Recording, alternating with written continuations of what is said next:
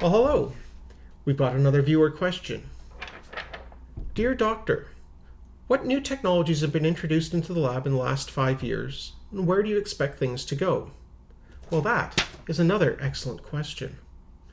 Over the last 5 years, we haven't seen a lot of technological changes within the lab.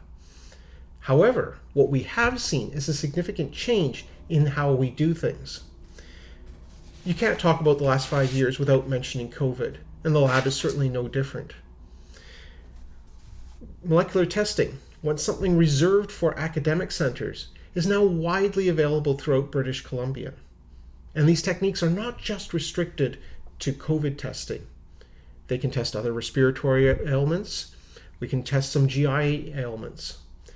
And we're not to stop there. Soon we're probably going to have HIV widely available, and then after that probably some antibiotic testing looking at the genetics. After that, it's probably going to be some tumor marker testing. So again, while nothing new, this is where we're doing it is quite remarkably new. One of the biggest changes that we're seeing in the lab is not so much in the lab, but outside the lab, point of care testing. In fact, during COVID, we even saw the introduction of molecular testing. As point of care, that was something inconceivable a decade ago, and here we are. I see no end in sight for what's going to happen with point of care testing. And it makes a lot of sense in certain situations. In urgent care centers, walk-in clinics, some doctor's offices, it's extremely useful. And in these cases, you have a patient who's seen, needs blood work, they go off to the lab, the doctor doesn't see the result for 12 to 24 hours. In cases like this, point of care makes a lot of sense. Does expanding point of care though in the hospital make sense? And that's a lot harder question to answer, because we already have a lab available, and usually we'll have a good result available within an hour or so.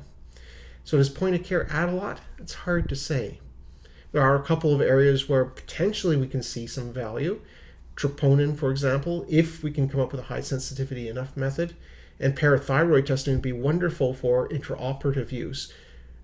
But whether we're going to get there or not in the next 5 years, well, time will tell, won't it? But even point of care testing is changing. What we're starting to see now is continuous testing, and this could be a game changer. Already we see a lot of patients at home testing their diabetes with a continuous glucose monitor. Well, most of them are doing it by point, but it's conceivable that you could start attaching this to a pump and have the pump adjust the insulin automatically. And inside the hospital, we could see something similar. In the ICU, for example, we've got patients with lots of lines. It's not inconceivable that we could put something like a blood gas analyzer sensor into one of those lines and have it automatically adjust the respirator. Or in a dialysis patient, we could have it adjust depending on the parameters that we're seeing coming back. Well, all this sounds promising. There have been a couple of issues. In the earlier systems, there was a bit of a lag time. So for glucose monitor, for example, we found it wasn't useful in the acutely ill patient. It worked well enough, though, as an outpatient. And in the ICU case, well, those sensors tend to get fouled by the various proteins that are present.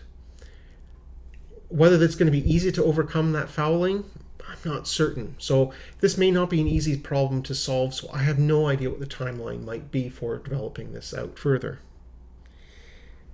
Another change that we've seen is the commoditization of genomic sequencing. It seems logical to me that in the near future, we're going to separate a genetic test from the sequencing from the analysis portion of it. And this will simplify things coming down the line. Timeline for that, probably 5 years. There's no technological reason we couldn't introduce it sooner. Another big change is not, again, inside the lab, but it's how stuff gets to the lab. Physician order entry is starting to roll out across British Columbia. These systems are in their infancy. They're basically just replacing our paper system with a doctor ordering it and the computer system directly. But there are changes coming.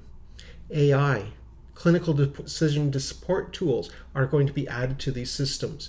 This will allow the doctor to select tests much more logically and much more algorithmically, which will allow the lab to add on orders in a way that's much more consistent with what the doctor is actually looking for. But E-entry is not just going to be restricted to the lab itself. We're also seeing this in outpatients. Already in BC, we've started a pilot where some outpatient clinics are entering the results or entering the orders into a system, and then the patient shows up at the lab and the orders are already there. Within the next 2 to 3 years, we expect this to be rolled out across British Columbia. And again, we're going to be able to add clinical support tools. We're going to have the logic that will require you to fill in the necessary mandatory fields.